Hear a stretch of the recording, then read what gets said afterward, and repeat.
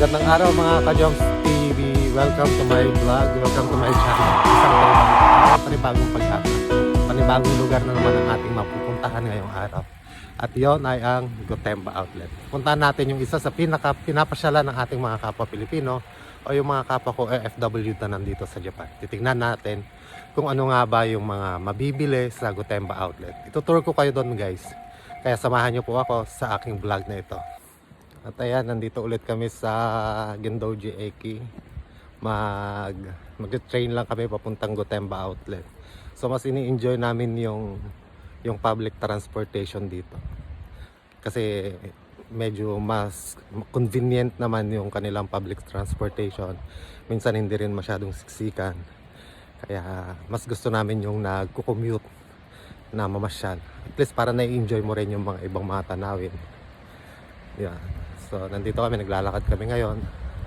At maghihintay ng train. Kasi 11:49 ang dating ng train. Dito naman,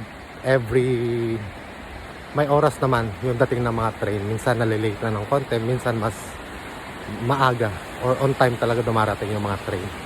Kaya kung nagmamadali ka, kailangan alam mo yung mga schedule ng mga train para hindi ka rin mahuli sa mga pupuntahan mo.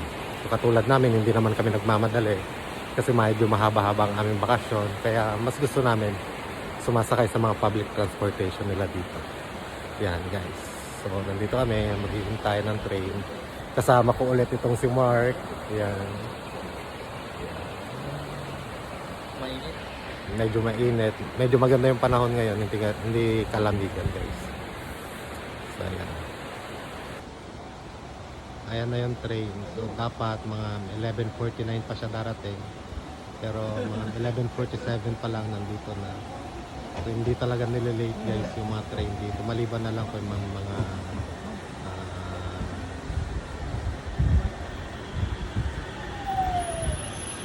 yan. On time naman ang train.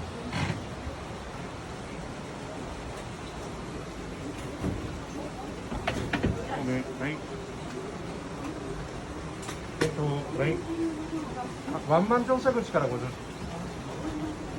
ワンマン乗車口からボタンを押してご乗車ください。 Ayan guys, hindi lahat ng pintuan dito nagbubukas. So sa ngayon, isang pintuan lang daw ang bubukas. Kaya lahat kami nandito.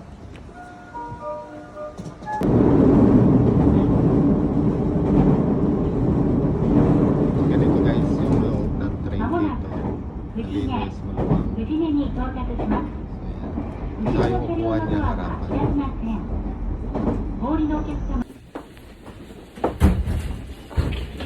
So ayan guys, dito na kami sa Fuji Station. Magka-transfer lang kami ng train papuntang Numazu Station. Kasi walang train na diretso mula sa amin papunta ng Gotemba Outlet. So kailangan namin mag-transfer ng train para makarating doon. Mayroon pa kaming dalawang sakay ng train mula dito sa Fuji Station. So yun guys, i-update ko kayo later.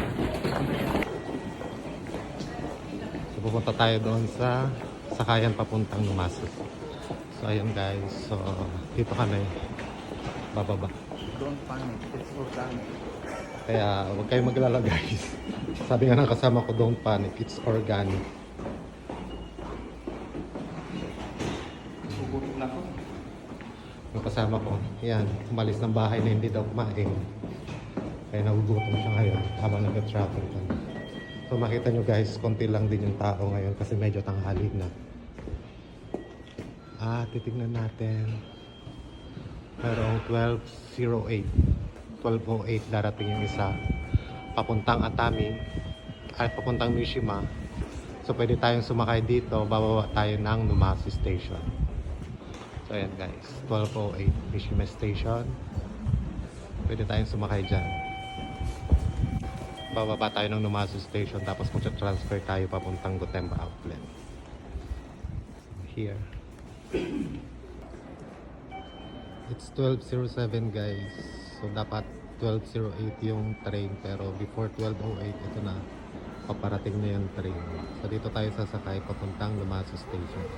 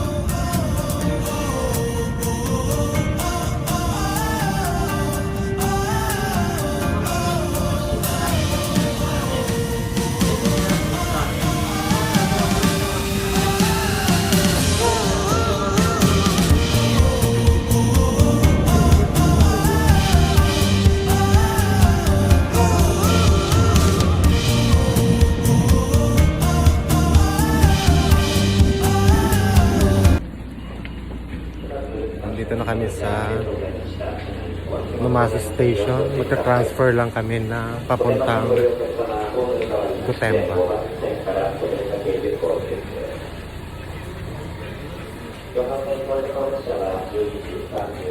At yan, may kainan din dito guys sa Numazu Station.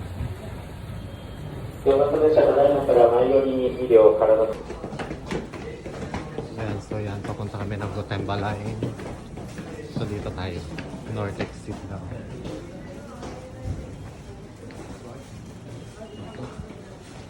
So yan. Ito yung Gotemba for Gotemba. Dito tayo tumababa sa number 5 or number 6. Pwede dyan kahit sa. Dito tayo. Number 5.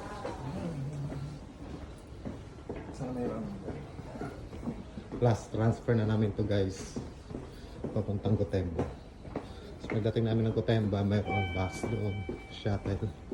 Sasakyan papunta mismo ng Gotemba outlet. Free naman yung bus doon. Medyo marami rin nag-aabang.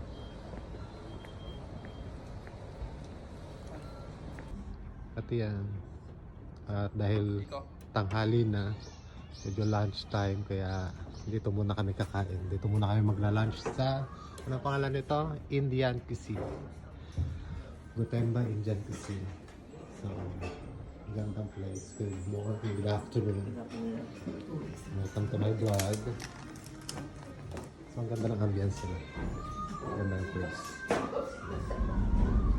Kari naman kasi So, ang ganda ng kanila menu guys.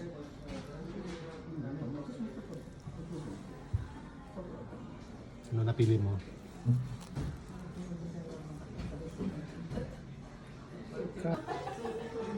Actually, hindi ito yung first time ko na kumain ng Indian food, pero nabigla ako dahil ang laki ng tinapay nila.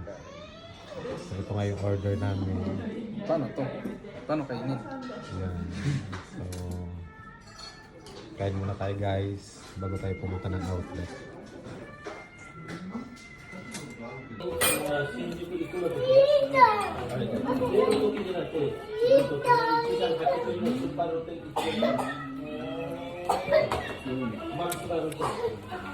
Scrap guys.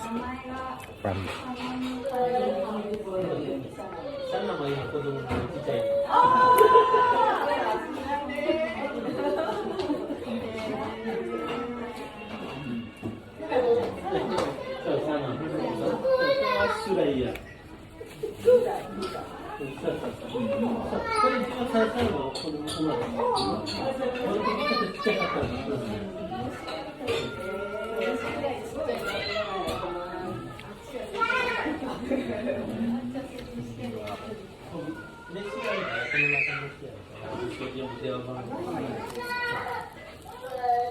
ito yung parang empanada. Parang ngayon ko pala matitikman kung empanada ng India. Indian food, kakain ko tayo. Ganito pala kayo. Tapos, sa kami sasaw-saw sa kanin. Sarap, promise masarap. Masyado din.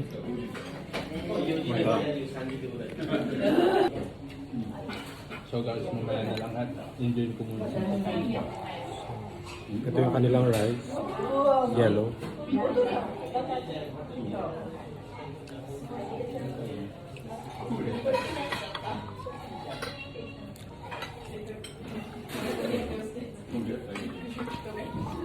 Parang soldereta.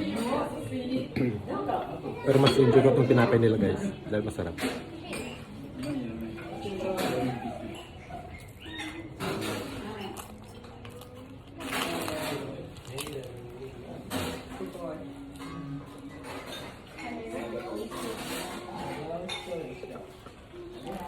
Naging ano lang kasi yung Indian sa mga street food nila yung kinakain.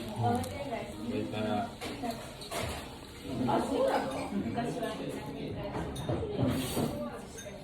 Yung tinapay na ito.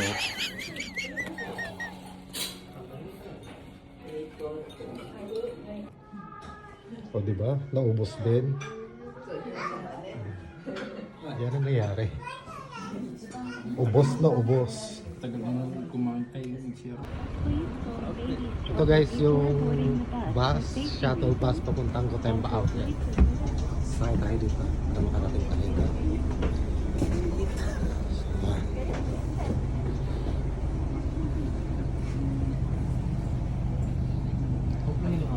Free itong bus na ito guys.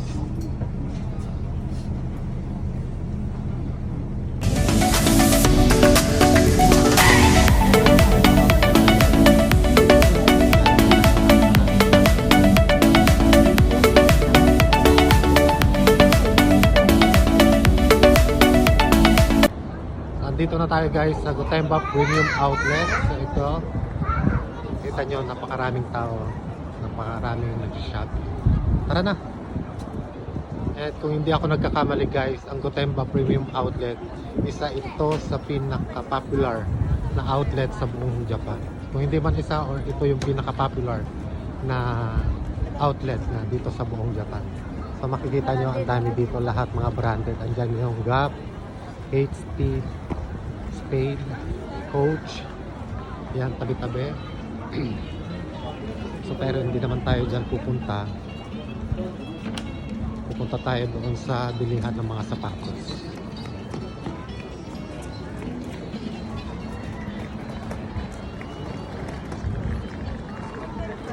Medyo konti pa lang ang tao guys. Konti pa to kasi pag talaga marami dito halos mahirap nang dumaan, siksika ang daanan.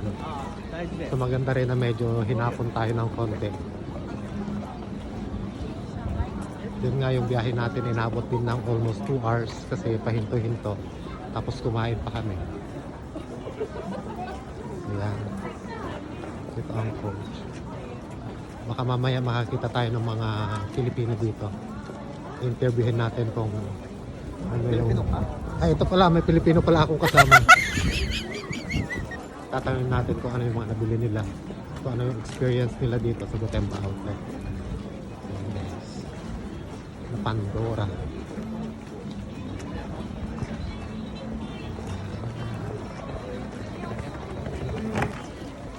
Ayun, sa dalawang phase ito guys, meron pa doon sa kabila at kailangan natin tumawid ng tulay para makapunta doon.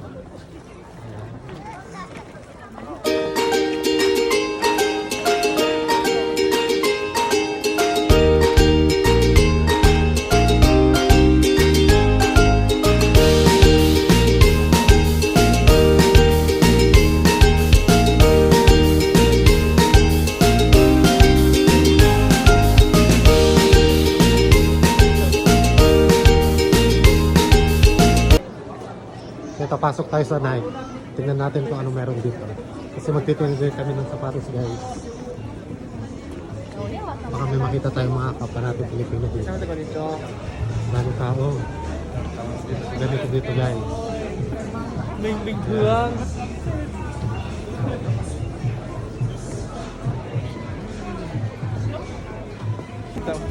At ito, may nakita tayong kapwa natin Pilipino dito. Ito. Nakapili niya? Andito pala ang Lovebirds. Ayan. Ano bili nyo? Interview. Naka-vlog tayo. Sapatos na. Kamusta naman ang Maganda ba? experience mo dito sa Gotemba? Hindi naman kasya sa'yo yan eh. Uy, kasya to sa akin. Dito tayo mamimili. Marami. Ito yata yung mga nakasale nila. Ewan ko lang. Ang dami naka-display. Ang dami ng magaganda. Hindi ko alam kung paano bibili natin. So ito nga, pagkatapos natin makipsiksikan doon sa pagpili ng mga sapatos, may napili na ako. Ito ay para sa aking tatay, para sa aking nanay, tsaka yung para sa kasama namin, si Andre sa bahay. So ayan, parang hindi nababawasan ang tao. Medyo mainit-init nga lang kasi ang dami ng tao talaga. Tapos kailangan mo mamili. So ayan. Itong isa si Mark. Ayan. Hinihintay na lang din yung kanyang binili kasi pinapalitan ng bago. So after nito magbabayad na kami sa counter para makalipat pa kami sa ibang store. So ayan, dito na kami pagbayad sa service counter para medyo mabilis.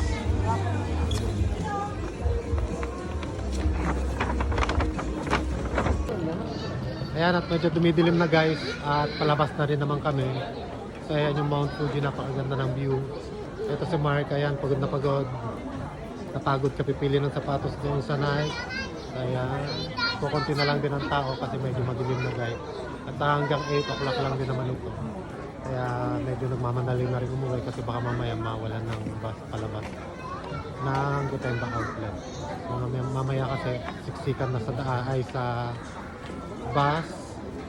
Yan, yung shuttle na papunta ng Gotemba Station. So, yan guys.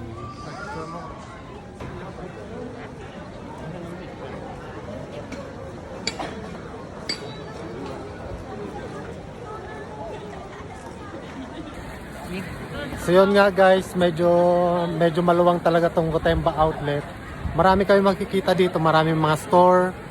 Andyan, so pila-pila.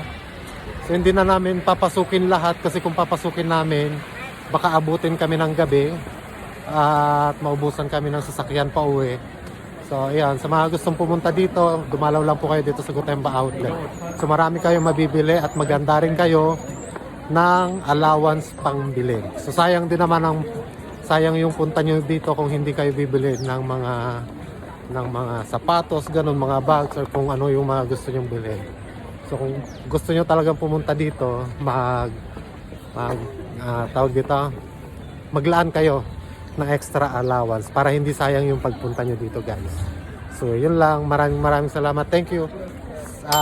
Please subscribe my channel, Joms TV, Joms Febrero, sa aking Facebook account. So please follow, likes and share sa aking mga video para marami pa tayong mga content na gagawin. So yun lang guys. So sa ngayon, thank you, maraming salamat. Bye bye.